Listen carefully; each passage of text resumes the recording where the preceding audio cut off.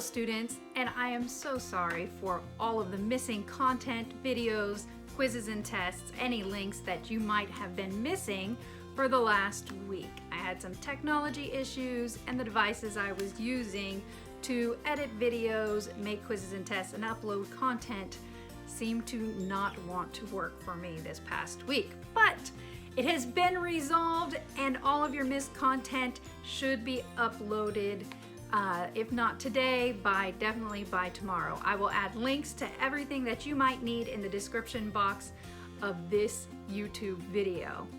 Now, on to class. On Friday in American Literature, you were supposed to have been reading pages 470 to 472, finishing up a few works by Enna St. Vincent Millay, and also reading a few works by author E.E. Cummings. The very first work on page 470, on hearing a symphony of Beethoven. Now, I don't know about you, but I love to go and hear symphonies. Pastor graciously takes me to them, and he endures with me. But I love listening to live music and the different symphonies, especially down in Santa Barbara. My very first one I went to, how old was I? I think it was when I turned 16 as a birthday present. My parents took me to the San Francisco Symphony, and I got to take a friend with me, and that was a lot of fun. And my very first time enjoying a live symphony, and I've gone to many more since then. Someone recently bought us a present of season tickets to the Santa Barbara Symphony for the upcoming season, and I'm hoping, crossing my fingers, hoping that it will still be happening due to all of the coronavirus stuff. But do you enjoy hearing a live symphony? Answer in the comments. Have you ever been to one? Do you enjoy listening to them? Or do you say, Mrs. Collins, classical music is not my thing? But go ahead and answer that in the comments. What do you enjoy? Do you enjoy going to hear a symphony play? Have you ever gone to one? Would you like to go to one?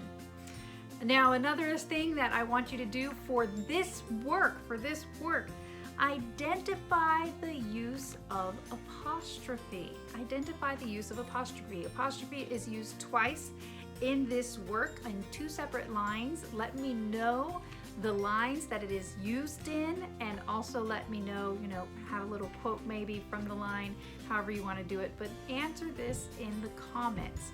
Use of apostrophe. You're like, Mrs. Collins, I don't remember what apostrophe is.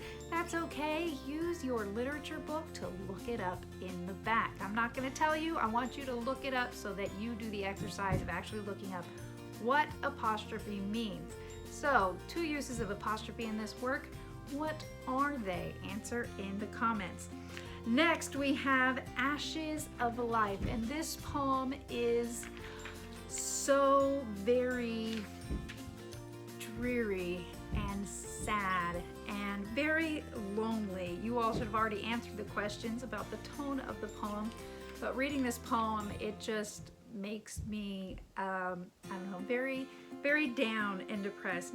But the emptiness of this poem, the emptiness that the poet expresses in this poem, really a Christian should never feel, because we always have something. Even when everything else is gone, if everything else has been taken away and everybody has turned their backs on us, there is one person who has not turned their back on us, and that is the Lord Jesus Christ. He is always going to be with you. He is always going to love you. In this poem, it just brought about things of like riding a merry-go-round. Life is a merry-go-round. It's just never ending. Nothing ever changes.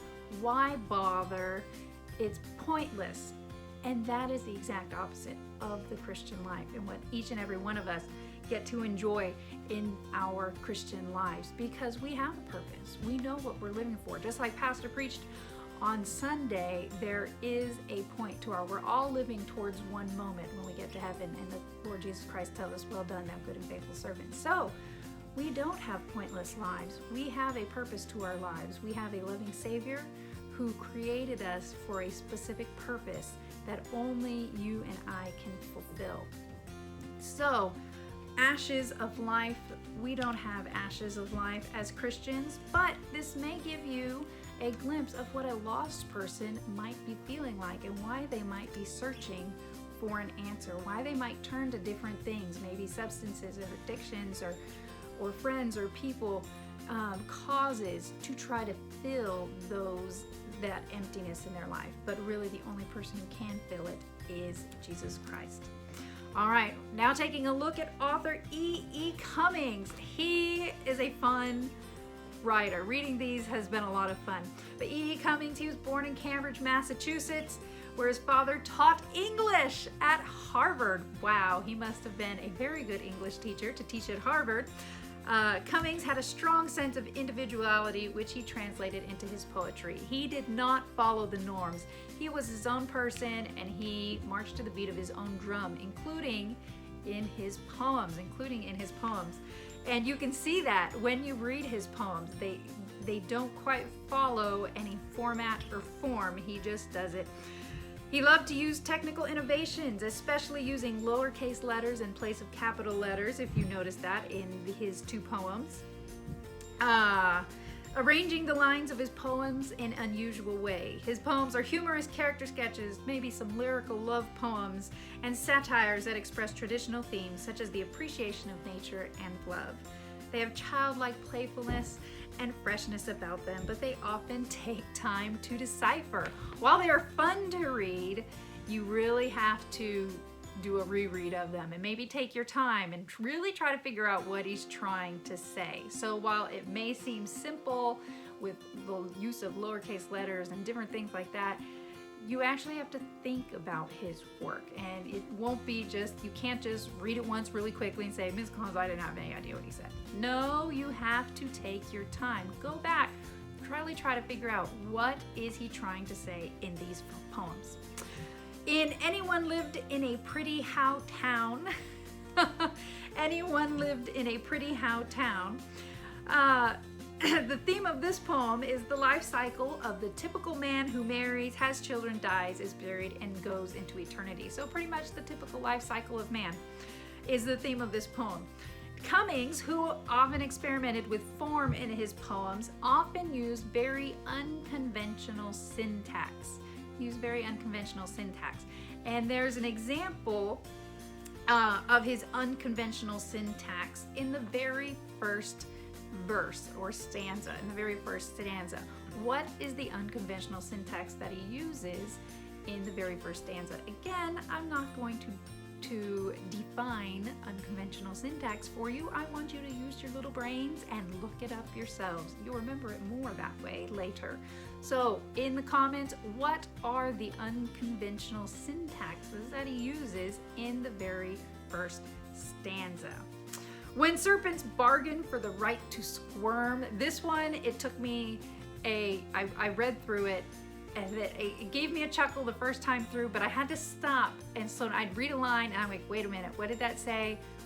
I'm not understanding it, and I had to reread it. So I hope you did the same.